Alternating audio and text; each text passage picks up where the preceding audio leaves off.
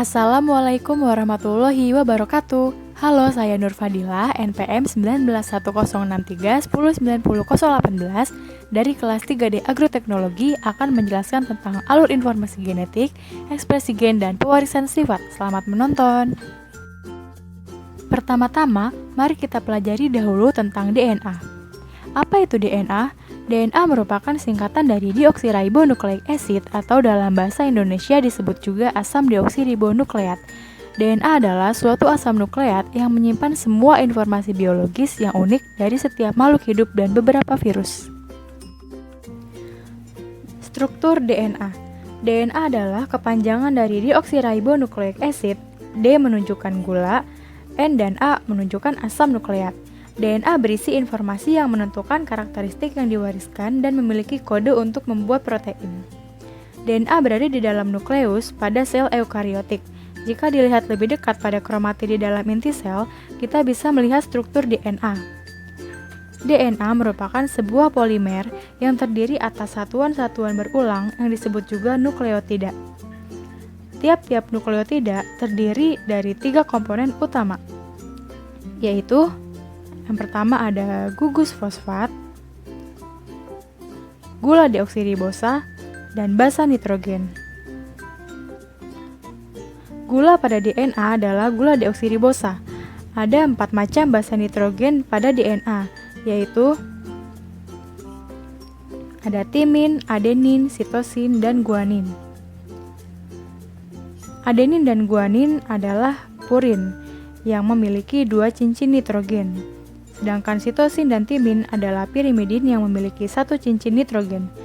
2 polinukleotida yang berbeda arah lalu saling bergabung dan terhubung dengan ikatan hidrogen yang lemah antara 2 basa nitrogen, di mana basa purin berpasangan dengan basa pirimidin untuk membentuk suatu struktur heliks ganda yang disebut struktur heliks DNA. Replikasi DNA. Langkah pertama dalam replikasi DNA yaitu memisahkan 2 untaian. Proses ini dinamakan unzip atau nama lain membuka resleting, yang dilakukan oleh enzim helikase. Hasilnya dapat berubah bentuk di bagian dalam yang dinamakan dengan garpu replikasi. Helai yang berpisah masing-masing menyediakan template untuk membuat untaian DNA baru. Setelah tiap helainya berpisah, tiba-tiba datanglah enzim primase mengikat untaian DNA bagian atas untuk memulai prosesnya dengan cara menarik nukleotida RNA dari luar ke dalam untuk dicocok-cocokkan. Enzim ini sebagian kecil membuat helaian RNA untuk mengikat sebagian untaian DNA bagian atas yang disebut primer. Bagian tersebut merupakan pusat awal dalam pembentukan untaian DNA baru. Kemudian tiba-tiba datanglah enzim DNA polimerase untuk mengikat primer yang akan membuat untaian DNA baru. Enzim DNA polimerase hanya bisa menambahkan nukleotida DNA ke satu arah dari ujung 5 aksen ke ujung 3 aksen. Untaian DNA baru ini disebut leading strand atau rangkaian paling maju yang dibuat secara terus-menerus. Enzim DNA polimerase berfungsi menambahkan nukleotida satu persatu ke arah 5 sampai ke arah 3 aksen. Sedangkan pada bagian daerah lain di untaian bawah terdapat lagging strand atau untaian yang tertinggal, sehingga tidak dapat membuat secara terus-menerus seperti untaian di bagian atas. Karena tiap untaian berjalan ke arah yang berlawanan untuk untaian di bawah ini hanya dihinggapi enzim DNA polimerase sebagai pembuat untaian DNA dalam serangkaian kecil saja yang disebut fragmen Okazaki. Setiap dari fragmen tersebut dimulai dengan pembentukan RNA primer oleh enzim primase. Kemudian enzim DNA polimerase akan menambahkan nukleotida DNA dari luar bagian DNA induk bagian bawah dari arah 5 ke arah 3 aksen. Selanjutnya, enzim primase akan menambahkan RNA primer kembali dengan jarak yang lebih jauh di daerah lagging strand. Kemudian, fragmen Okazaki dibuat lagi oleh enzim DNA polimerase dan kemudian prosesnya diulangi lagi seperti tadi. Setelah DNA baru terbuat, enzim eksonuklease akan menghilangkan semua RNA primer di kedua DNA yang terbuat. Setelah itu, dilanjutkan lagi oleh enzim DNA polimerase untuk mengisi celah kosong yang tertinggal. Terakhir, enzim DNA ligase tiap-tiap fragmen DNA yang terbuat di kedua DNA yang terbentuk heliks ganda secara terus-menerus. Replikasi DNA digambarkan sebagai semi-konservatif karena setiap molekul DNA terdiri dari satu untaian lama yang dilestarikan dengan satu untaian baru. Selanjutnya ada sintesis protein. Sintesis protein dapat didefinisikan sebagai proses penerjemahan informasi yang ada pada DNA sumber materi genetik yang mengkode asam-asam amino sehingga menjadi rantai peptida atau rantai protein. Sintesis protein terbagi menjadi dua tahap, yaitu transkripsi dan translasi. Lalu, apa saja komponen sintesis protein? Komponen-komponen sintesis protein adalah sebagai berikut. Ada inti sel, yang merupakan lokasi di mana sumber informasi genetik berada, yaitu DNA. Ribosom merupakan tempat terjadinya proses sintesis protein. Asam amino adalah monomer atau unit terkecil dari suatu peptida atau protein. DNA merupakan tempat penyimpanan informasi genetik. mRNA atau messenger RNA mengandung kodon atau kode genetik hasil transkripsi basa nitrogen pada DNA kromosomal yang menjadi cetakan untuk menentukan urutan asam amino polipeptida. rRNA atau ribosomal RNA merupakan RNA yang berfungsi sebagai penerjemah kodon RNA transfer menjadi rangkaian asam amino. tRNA atau transfer RNA merupakan RNA yang membawa asam amino ke ribosom. Tahapan proses sintesis protein. Bagaimana proses terjadinya sintesis protein? Secara umum, sintesis protein terdiri dari dua tahapan, yaitu transkripsi dan translasi.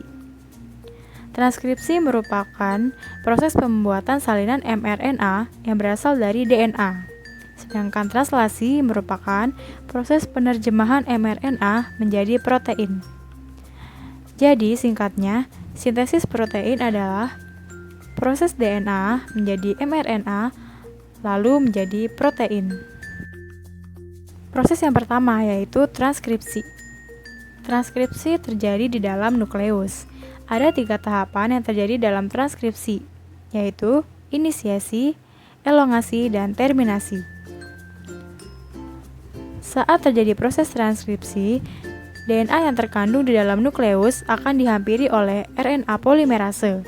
Inisiasi terjadi saat RNA polimerase melekat pada daerah promotor gen.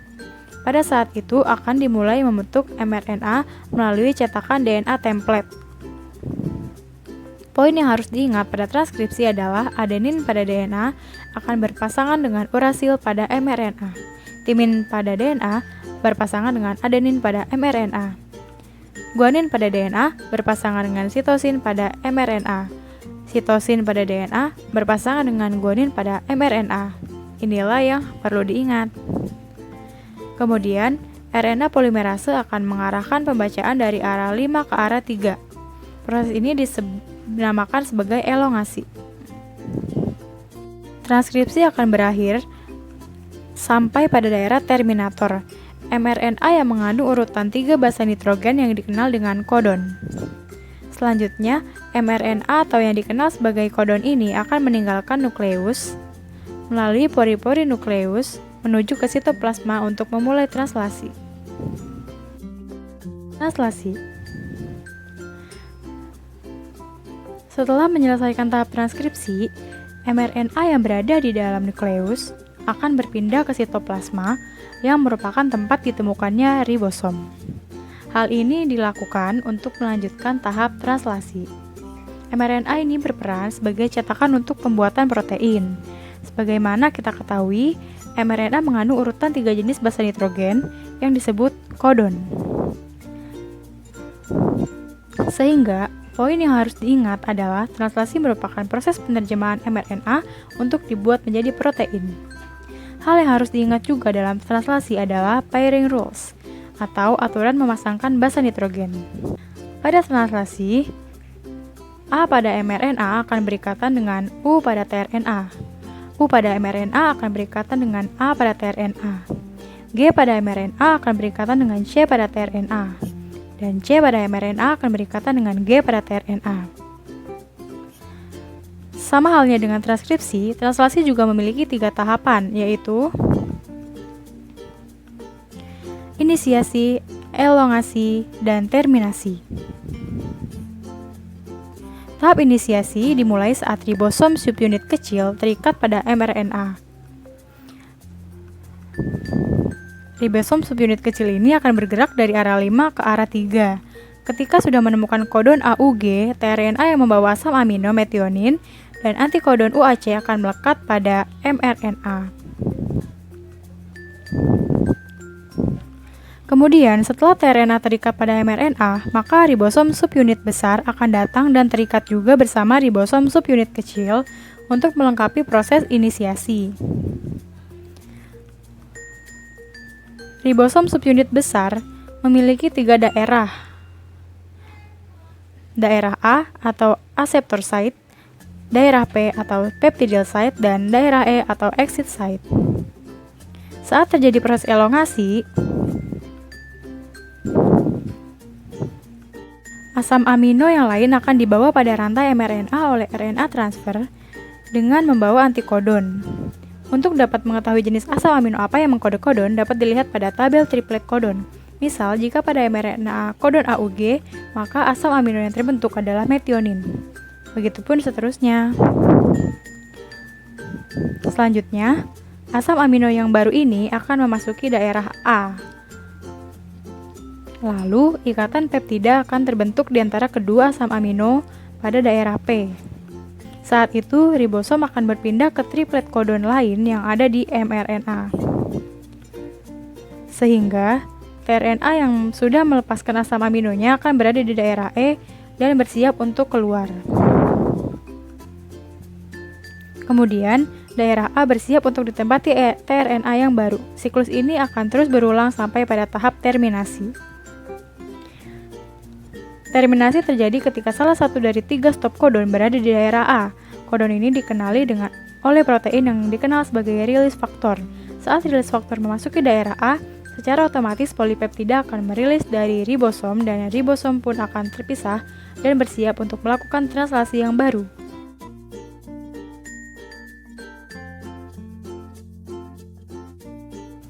Dan polipeptida inilah yang dikenal sebagai protein. Selanjutnya ada persilangan. Persilangan monohibrid. Persilangan monohibrid adalah persilangan dengan satu sifat beda. Maksudnya adalah, pada persilangan ini, kita hanya memperhatikan satu sifat saja seperti warna bunga, misalnya merah atau putih, atau bentuk buah, misalnya bulat atau lonjong, dan sebagainya.